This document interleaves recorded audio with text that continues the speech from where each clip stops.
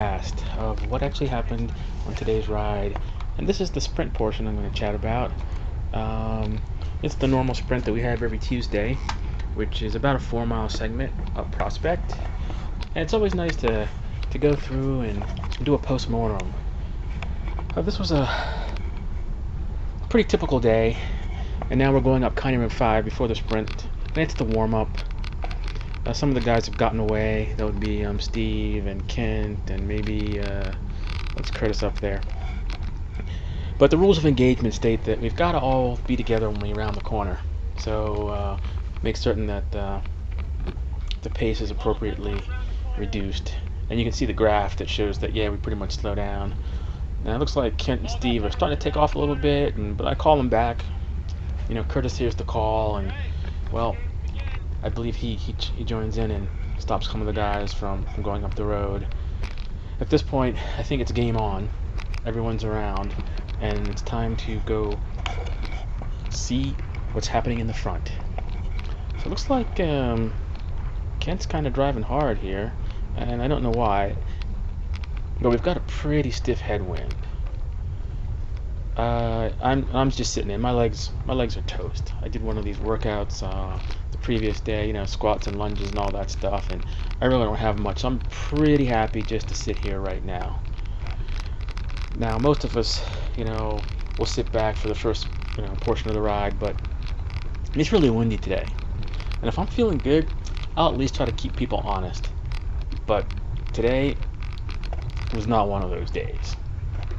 So you notice it's a wind coming out of the southeast. Oh, little camera check there, which is why I'm a little off to the side. Not much going on here, just trying to hang on. You'll notice the heart rate, which is a little bit low. So I'm using one of those wrist heart rate monitors, and they pretty much aren't accurate. So I would say this is probably like 20 beats lower than it should be. I think next time I'm going to wear a strap and we'll see what happens. So this is a little bit misleading, but relatively speaking, you can kind of tell how hard I'm working here. You see the speed's about, 18 miles an hour.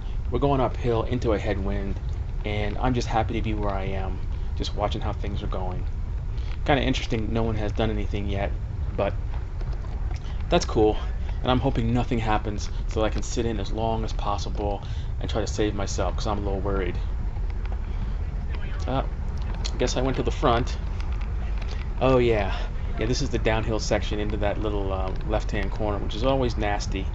A lot of people don't know how to corner really well, so I like to be in the top few riders when I'm going through that corner. So to do a little work now up front, a little soft pedaling in here, and try to recover because I can set the pace. And oh, look at that. Matthew Michaels has attacked.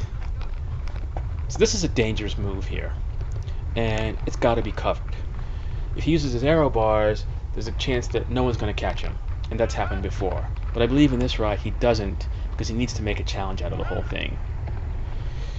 So it looks like Curtis, Steve, and Jerry have taken up the pace. So at this point, they're going pretty hard. And I'm thinking to myself, what the heck? Because I'm working really hard just to kind of bring these guys back. And my thoughts are, you guys don't need to be going this hard to bring him in. But I figure, oh heck, it's good practice for racing, so I'll see how long I can hang on here. But my legs are screaming, and all I want to do is just try to make some contact so I can get some respite.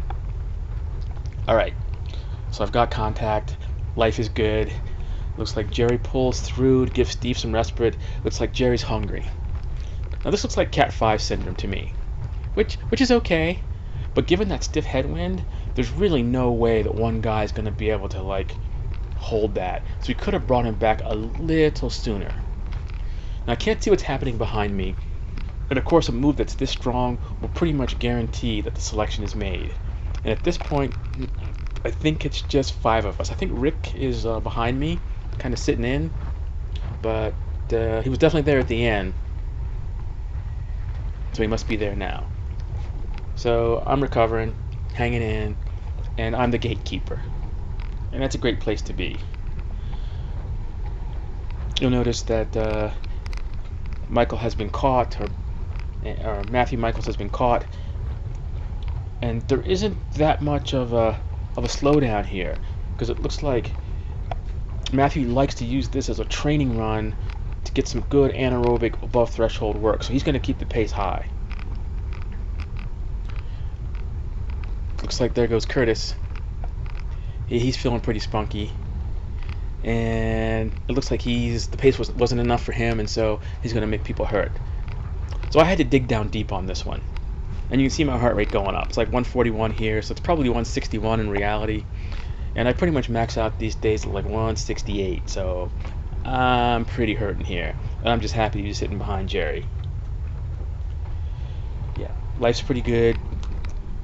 No one's doing any crazy attacks, and like I said, oh, there it goes. I guess I spoke too soon. So Jerry's going. I have a choice to rotate through, but I'm like, I'm not going up there. You know, I could have went up there, but I would have lasted all of about 10 seconds and been blown out the door. You know, normally I might do something like that if I'm like training or whatever, you know, test my mettle, but today it's a different challenge. And the challenge for me is just to hang on this one, try to recover a little bit. But as you can see, my heart rate's just going up. And there's a stiff wind, and I'm trying to figure out like where it's coming from. And it's changed a little bit. I mean, earlier we had a bit of an echelon going, but now it's pretty much straight on, and the boys are a ramming and a thumping. And Curtis is driving pretty hard here. And you can see how the draft is giving us a good bit of respite. You know, Matthew's like coasting half the time, and he's got like an FTP of I don't know, 340, 350. So I know at any moment he could attack, and I'm happy to be back here. So like I said, I'm the gatekeeper. Looks like Jerry, I think I asked him to come if he wants this wheel, and it looks like he wants it, because Matthew's a big guy, and that's the draft you want. So even if he really wanted to sit behind me, it wouldn't be wise, because I'm not going to provide that much of a draft. And I was pretty much swinging back there anyhow, so there's a good chance I would have fallen off and he would have had to have gone around. People still driving pretty hard. I think that's Steve Highland at the front, and he is just a beast today. And I wish I could have some illustration of how strong this wind really was. But if I had to guess, it's like a 15-mile-an-hour headwind, and people are just pushing hard here, and I am just barely hanging on. I'm thinking to myself, I don't know if I can do it. It's like one of those mental things. And part of what was driving me here is like, well, I got the camera, and it'd be good to be able to capture some of this so that the boys can look at it later and see exactly what everybody looked like. The guys are looking pretty smooth here.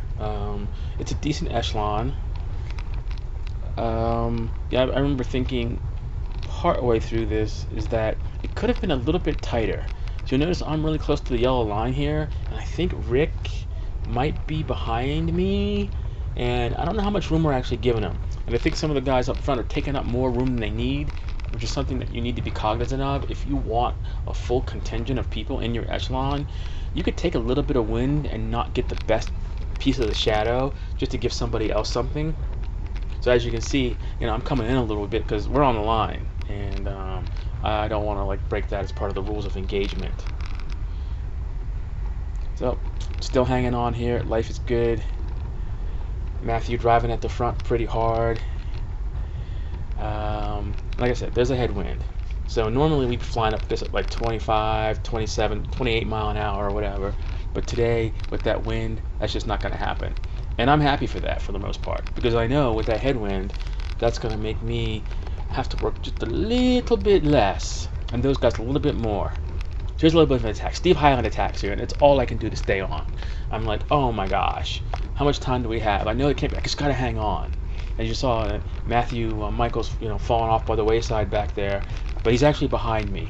And you know when he didn't get on, that it must have been a pretty strong attack. And you can see my heart rate's up. Okay, it looks like that attack really didn't work. He didn't really get away. Everybody's still here. My heart rate's still going up though, because I was working pretty hard. I think this might be the high point of this whole stretch. It might get a little higher, but I'm just hoping I can recover here and hang on. And you'll notice at this point, like even though Jerry was like really strong early on, he's not going to the front. So it's really three big men actually working here. Looks like you know, Steve Hyland and Curtis. And Matthew Michaels has done a good bit of work, so I suspect he's back there behind me just kind of recovering. He's done his work. He knows he's not going to get away. And plan B would maybe be to take the sprint here. And at this point, I have no illusions. I haven't done any work. I'll be happy to make it to the end, and that's my goal. Capture this on film so I can take a look and see how things actually go. Oh, so it looks like my heart rate's even up higher here, like 153 I saw for a second there. That's crazy high given that this wrist heart rate monitor is not that good. So I'm just like swinging back here. Looks like Steve Hyland is like happy to drive this one home. Nope, looks like Curtis is going for it here. Yep, looks like he thinks he can take this one. And is Jerry gonna come to it? Nope, Jerry doesn't have it. Steve is on, and it's the final push. And I'm thinking, yeah, if I could just make this. And I'm having flashbacks of Boulder-Roubaix when the big group kept accelerating, and mentally I'm here. I'm like, let me just hang on. Gotta hang on. Legs are screaming from the workout the day before. Wishing I had some warp drive to do something here. But like I said, today's goal, just hang in there. Looks like Curtis is done. Looks like he went a little too hard. The selection is still here. It's the final push, few hundred yards. At this point, I'm actually thinking to myself, I actually have a little something. If I make it to the top, I might be able to outsprint these guys. But I figured that would be like dishonorable. So I just kind of hang in there. So there's Matthew Michaels going for it after a little bit of respite. I'm kind of surprised his attack wasn't stronger. But with that headwind and all the workout he's been, I suspect he's still like recovering. So it's almost over. I get to sit up, my heart rate's high, and it's over. So I turn around, and you can't see it here, but it looks like Chad, one of the guys we passed in the baggies, he actually made it, and Rick was behind me. So that was a good job by everybody. That was a hard ride. So those are my thoughts on this one. Had a lot of fun. Glad that part is over, because my legs are screaming at this point. Just trying to bring it back down. But looks like I've recovered. Alright guys, hope you enjoyed this one. And I hope to bring you a few more of these. Peace out.